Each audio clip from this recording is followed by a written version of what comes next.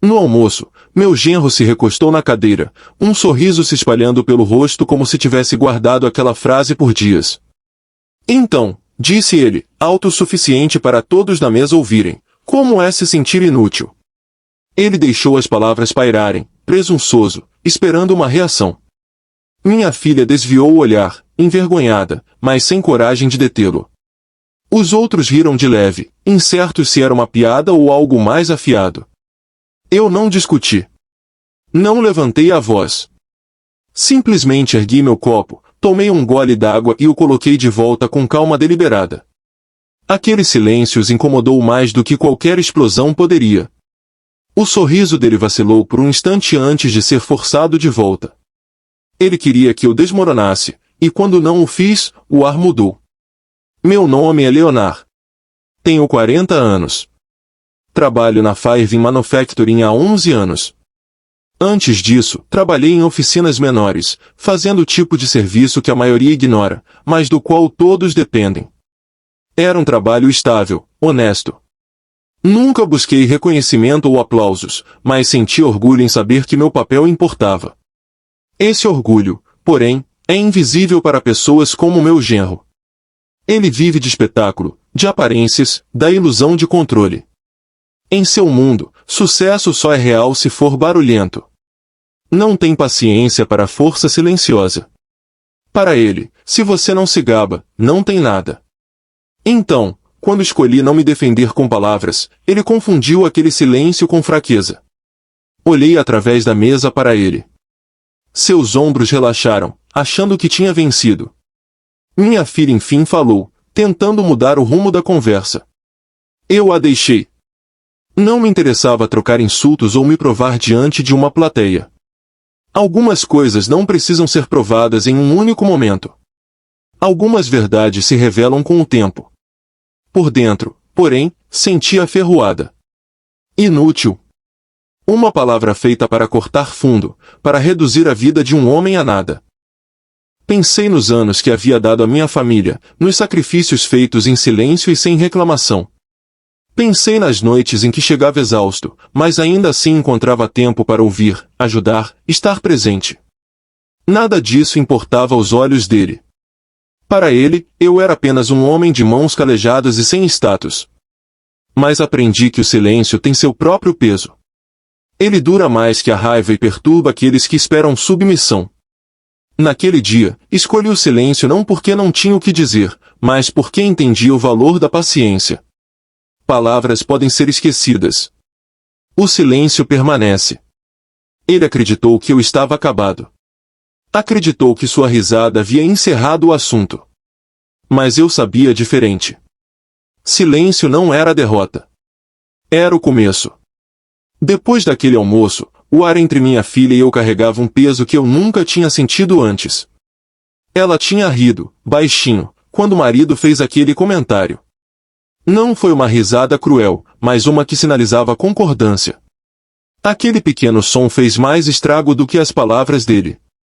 Mostrou onde estava a lealdade dela. Mais tarde, quando estávamos sozinhos, perguntei com calma, você achou mesmo que aquilo foi engraçado? Ela hesitou e depois deu de ombros. Pai, você leva as coisas a sério demais.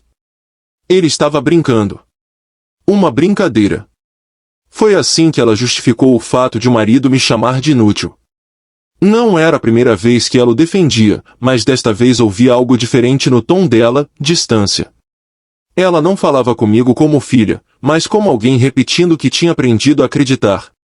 O marido dela não perde oportunidades de comparar as conquistas dele às minhas. No jantar, ele solta coisas como: quando eu estava negociando meu último contrato, os números tinham 6 zeros, dá para imaginar. Ele lança um sorriso na minha direção, esperando que eu acene em admiração. Quando não faço isso, ele insiste, nem todo homem consegue jogar nesse nível, Leonard. Alguns nasceram para coisas maiores. E ela fica ali, sorrindo, deixando as palavras escorregarem como se fossem inofensivas. Antes, ela teria me defendido. Antes, teria lembrado a ele de como sempre fui firme, de como construí uma vida que deu a ela base para correr atrás dos próprios sonhos. Mas agora ela deixa o contraste falar sozinho, a ostentação dele contra o meu silêncio. Penso nos anos em que ela era pequena, quando eu fazia turnos duplos para que nunca faltasse comida na geladeira. Lembro de consertar os sapatos da escola dela com cola porque o pagamento ainda demorava uma semana. Ela nunca soube desses detalhes, mas sentiu a segurança que eles proporcionaram. Isso me bastava. Ou pelo menos eu achava que bastava. Agora percebo que segurança não é lembrada. Sacrifício não é celebrado. Ele é ofuscado por histórias mais barulhentas, por homens como ele, que medem valor em dinheiro e reconhecimento. Para ela, meus anos de trabalho constante significam pouco diante das vitórias espalhafatosas dele. Ela vê minhas mãos calejadas como prova de limitação, não de resistência. A dor não está só nas palavras dela, mas nos silêncios. Quando escolhe não me defender. Quando consente com a arrogância dele. Quando repete o tom dele. O respeito que eu acreditava intocável foi sendo desgastado pedaço por pedaço, até que agora o vejo pelo que é, condicional. Naquela noite, fiquei sozinho, remoendo tudo em minha mente. Não estava com raiva. Estava lúcido. Percebi que o respeito não desaparece em um único momento. Ele se corrói aos poucos, até o dia em que você acorda e enxerga o vazio de onde antes ele existia. Aprendi que a arrogância não aparece de uma vez. Ela escorre em pequenos gestos repetidos até se tornar toda a postura de um homem. Meu genro mostra a dele de formas tão familiares agora que quase consigo prevê-las. A voz elevada quando fala sobre o trabalho, o jeito como interrompe os outros no meio da frase, a risada de desdém quando não entende algo mas não admite. Nada disso me surpreende mais. Lembro-me de um jantar em família meses antes. Ele se gabou de ter fechado um negócio que, segundo ele, garantiu seu lugar à mesa com jogadores de verdade. Então se inclinou para mim, baixando a voz só o suficiente para ter certeza de que fosse ouvida. Você não entenderia muito desse mundo, Leonard. Liga diferente. Minha filha sorriu como se fosse um comentário encantador. Eu apenas assenti, observando-o aproveitar sua performance. A ironia é que, por trás da ostentação, consigo ver a dependência que ele tenta disfarçar. Ele toma emprestada credibilidade ao citar nomes, depende de aparências para encobrir erros e conta com a lealdade da minha filha para protegê-lo de escrutínio. É o mesmo padrão, repetido sempre, barulho cobrindo silêncio, arrogância cobrindo insegurança. Naquela época, reencontrei Martin, um velho colega da Fairvin. Ele tinha passado pela fábrica para uma visita e depois sentamos para um café. Martin me conhece há tempo suficiente para medir valor de outra forma. Perguntou como estava minha família, e eu dei a versão curta. Ele ouviu com atenção e depois disse, você sempre teve uma paciência que a maioria dos homens não tem. Isso não é fraqueza, Leonard.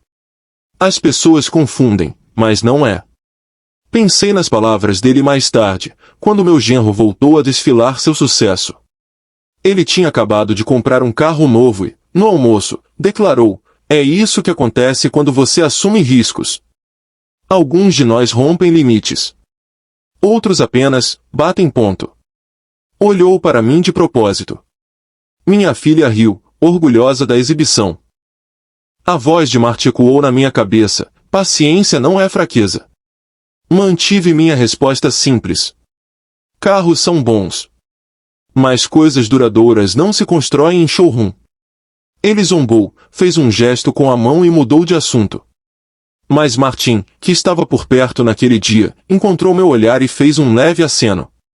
O respeito genuíno é quieto, constante.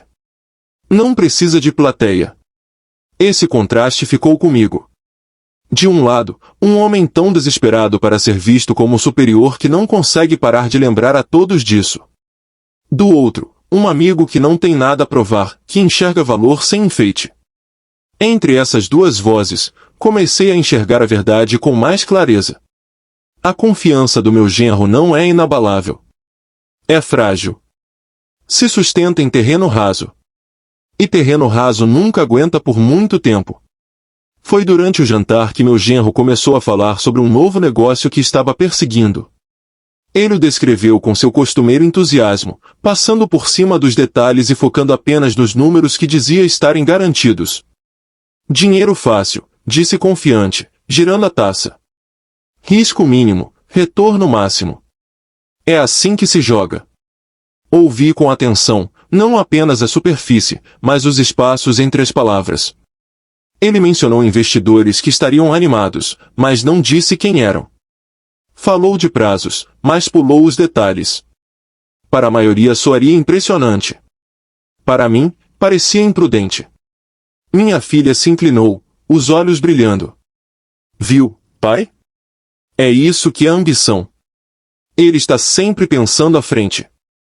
Disse como se ambição fosse prova de sabedoria. Mantive a expressão firme, embora sentisse uma dor familiar. O orgulho dela nele era cego, construído não sobre o que ele conquistara, mas sobre a performance que encenava. Na semana seguinte, acabei encontrando Martim novamente.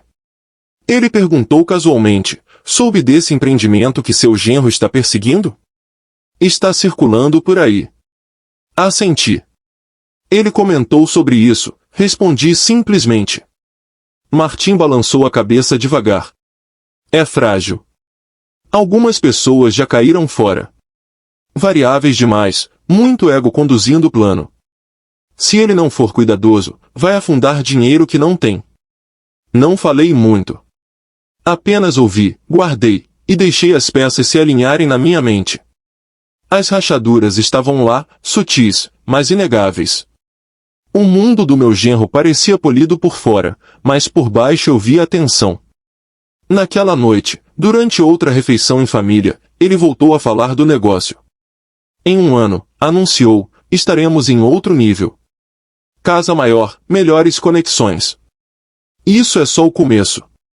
Minha filha sorriu ao lado dele, orgulhosa de compartilhar a visão. Eu o observei em silêncio. O modo como sua voz subia quando falava de prazos, a maneira como desviava de perguntas com uma risada. Eu já tinha visto aquele tom antes em homens que já estavam encurralados, mas não queriam admitir. Ele cruzou meu olhar e deu um sorriso de canto. Provavelmente acha que é arriscado demais, não é? É por isso que homens como você permanecem pequenos. Deixei as palavras passarem. Silêncio, de novo. Isso frustrava, eu percebia. Ele queria oposição para poder encenar vitória. Em vez disso, encontrou quietude. Mais tarde, as palavras de Martim voltaram a mim, ego demais, fundamento de menos.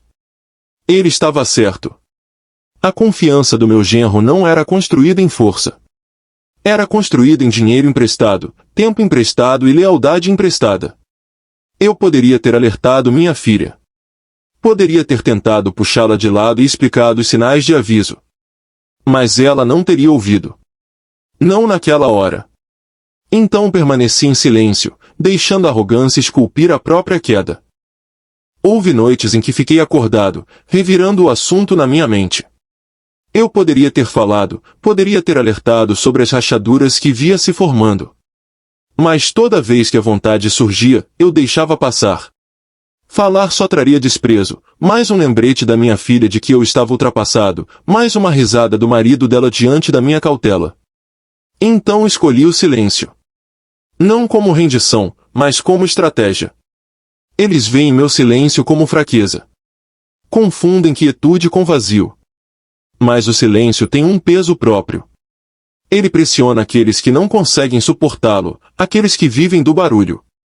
Meu genro não suporta o silêncio. Ele precisa de validação, aplausos, ecos constantes da própria voz. Minha recusa em fazer esse papel o incomoda mais do que ele admite. Ainda assim, carregar o silêncio não é fácil. Ele cresce dentro de mim, pesado de coisas não ditas. Vejo minha filha repetir as palavras dele, chamando-o de ousado, ambicioso, imparável. Ela me olha de outro jeito agora, como se eu pertencesse a um mundo antigo que já não tem nada a ensinar.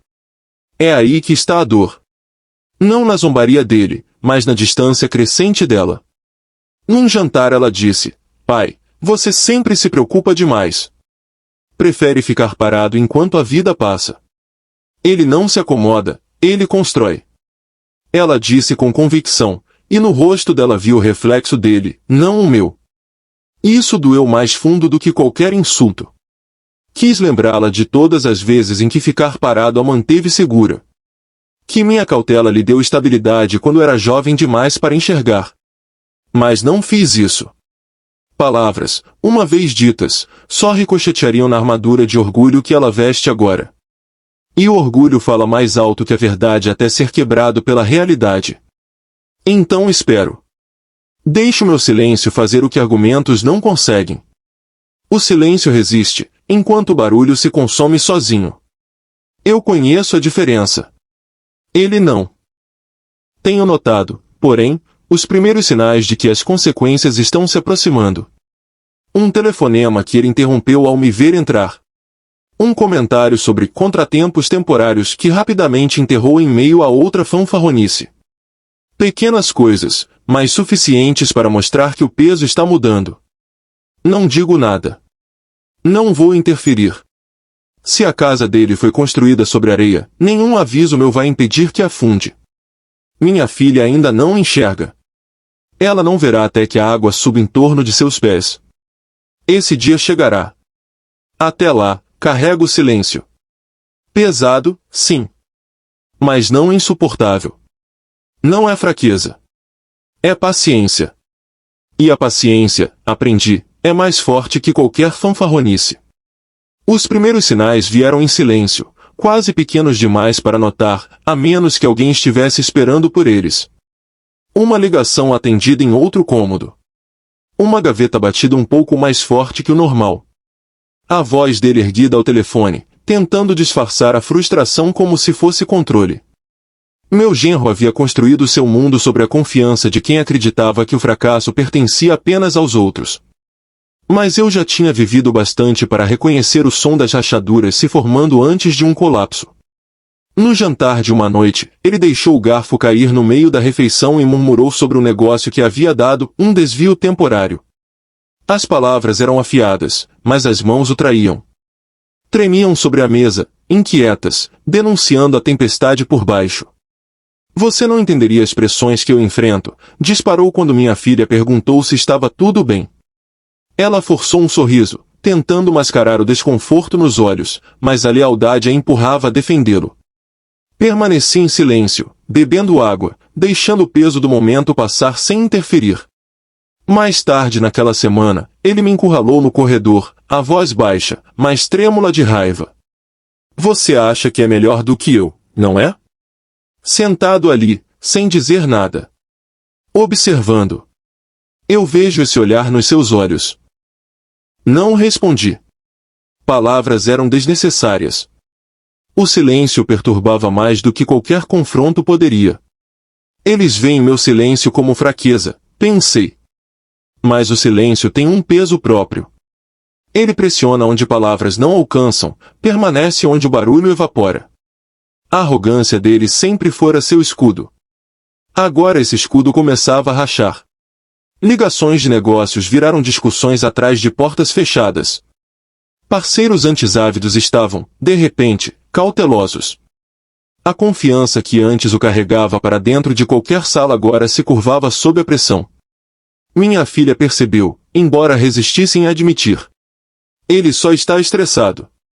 Todo mundo passa por fases difíceis, disse-me, quase se convencendo. Mas sua voz carecia de convicção, e seus olhos buscavam nos meus a segurança que eu não oferecia. Ela havia começado a repetir as desculpas dele, agarrando-se à crença de que o mundo deles ainda era estável. Eu podia ver o desconforto nela quando achava que ninguém a observava, o lampejo de dúvida que escapava através de sua lealdade ensaiada. Ele, por sua vez, ficava mais ríspido. Cada silêncio me parecia provocá-lo ainda mais. Cada provocação sem resposta apenas o lembrava de que o controle estava escapando pelos dedos. Numa noite, depois de mais uma troca tensa, retirei-me para o meu quarto e fiquei sozinho. Deixei o silêncio me cercar, o mesmo silêncio que ele temia. Não havia necessidade de atacar, nem de gritar. As tempestades se destroem sozinhas com o tempo. Tudo o que eu precisava fazer era esperar, firme na minha quietude, enquanto o próprio colapso dele o arrastava para baixo. Eu podia sentir que se aproximava a cada dia, o desmoronamento que ele já não conseguia disfarçar. A notícia não chegou a mim diretamente. Ela veio flutuando pelos canais de sempre, meias palavras disfarçadas de certeza. O negócio do meu genro havia desmoronado às claras, sócios retirando seus nomes de documentos que já não queriam tocar. As dívidas que ele havia enterrado sob arrogância vieram à tona, cada uma arrastando consigo a prova de escolhas feitas sem disciplina. Pessoas que antes se sentavam perto dele em reuniões agora afastavam suas cadeiras, não de forma ruidosa, mas com distância suficiente para marcar a mudança. Quando ouvi pela primeira vez, fiquei em silêncio. Eu sabia que a arrogância não se desfaz de repente, ela se solta fio por fio até que nada mais segure. 2 dias depois, ele entrou na minha casa tentando carregar o mesmo ar de superioridade. Sua voz se elevava com facilidade demais, seu riso forçado surgia nos momentos errados. Zombou das minhas roupas simples, do meu jeito de passar as noites sem alarde. Mas por trás das palavras, eu via outra coisa, um homem que já não conseguia mais controlar o ambiente. Minha filha também percebeu, embora tentasse ignorar. Defendia-o com frases que eu já tinha ouvido antes. Ele só está sob pressão, disse-me. Negócios são complicados. As pessoas não entendem o que ele está construindo. Mas o tom atraía. Pela primeira vez, ela falava sem convicção. Olhava para mim com frequência, como se esperasse que eu discutisse, talvez para lhe dar a resistência a qual pudesse se agarrar. Não dei nenhuma. Apenas ouvi. Mais tarde naquela semana, a confirmação chegou de forma mais pública. Um fornecedor entrou com ação contra ele, e os detalhes tornaram-se difíceis de esconder. Telefones que antes vibravam com oportunidades caíram em silêncio. O silêncio espalhou-se ao seu redor até se tornar o som mais alto da sala. Minha filha sentou-se à minha mesa, os olhos cansados. Tentou explicar o lado dele, mas as palavras escorregaram, inacabadas. Por fim, ela perguntou, o que fazemos agora? Foi a primeira vez que não falou a partir do roteiro dele. Era a sua voz, despida de defesa, despida de orgulho. Olhei para ela e respondi simplesmente, fazemos o que é necessário. Mas fazemos com clareza. Não havia vitória no meu tom, nem necessidade de lembrá-la do que já havia sido dito a mim antes. Ela já sabia. As paredes de certeza em que viverá tinham caído, e eu não tinha interesse em dançar sobre suas ruínas. Minha força não estava em gritar ou relembrar. Estava em permanecer firme e presente, enquanto o mundo dela mudava. Naquela noite falei muito pouco. Ela me observou por mais tempo do que havia feito em meses, como se percebesse que o silêncio que antes tomava por fraqueza era o único chão ainda intacto. Pela primeira vez, ela não discutiu. Apenas permaneceu perto, a voz baixa. E o silêncio disse mais do que qualquer zombaria poderia dizer. Eles já tinham ficado sem desculpas antes mesmo de ficarem sem orgulho. A fanfarronice dele, antes tão alta, tinha encolhido em frases partidas, meias explicações que ninguém pediu. Parcerias que eram para ser inabaláveis se dissolveram da noite para o dia. As dívidas, bem, elas não sumiram. Elas se alinharam em números claros e implacáveis, do tipo com os quais não se pode discutir. Ele costumava rir do meu silêncio. Agora o silêncio era a única coisa que lhe restava, e não o protegia. Eu assisti tudo acontecer sem precisar de comentários. Outros falaram o suficiente por mim. Sócios que antes lhe batiam nas costas evitavam o olhar. Amigos que se apoiavam na confiança dele recusavam suas ligações. Ele se sentava à mesa sem nenhum chão debaixo de si. E nesse vazio, finalmente olhou para mim. Você sabia, não sabia? A voz dele não trazia desafio, apenas cansaço. Eu não respondi. Algumas perguntas não merecem resposta. Foi minha filha quem rompeu a distância. Ela tinha ficado ao lado dele enquanto as aparências se sustentavam, mas as aparências se dissolvem rápido quando a realidade chega. Seu rosto já não carregava certeza, carregava algo mais pesado, reconhecimento. Ela se aproximou de mim com cuidado, como uma criança se aproximando de uma verdade que sempre evitou. Pai, ela sussurrou, eu estava errada. Aquelas palavras não me encheram de triunfo. Assentaram-se, em vez disso, com um tipo de alívio silencioso, aquele que chega depois de anos sendo subestimado. Coloquei minha mão sobre a dela, firme e deliberado. Você enxerga melhor agora, eu disse. Isso bastava. Eu não tinha interesse em humilhá-lo ainda mais. A vida já tinha feito esse trabalho. O silêncio que carreguei durante as zombarias deles nunca foi fraqueza, foi disciplina. E disciplina, ao contrário da arrogância, não desmorona quando é testada. Ele baixou os olhos, a voz quase inaudível. Eu achei que você estava acabado. Quase sorri, mas não por crueldade. Mas pela ironia de ele ter acreditado que palavras definiam valor, quando na verdade era a contenção que definia a força. Você achou que silêncio não significava nada, eu disse por fim, em tom sereno. Mas silêncio era tudo. A sala ficou imóvel. Não havia mais nada a provar, nada a defender. O aperto da minha filha se firmou, seus olhos brilhando não só de vergonha, mas de compreensão. Pela primeira vez, ela realmente me viu, não como um resto do passado, não como um obstáculo a ser contornado, mas como o alicerce que sempre ignorou. Alcancei o copo d'água ao meu lado e tomei um gole lento. O mesmo gesto que havia feito na primeira noite das risadas deles, quando as palavras falharam mas a compostura não. O círculo se fechará, não com barulho ou vingança, mas com uma presença que resistiu quando tudo mais desmoronou. E naquele silêncio, encontrei minha resposta final.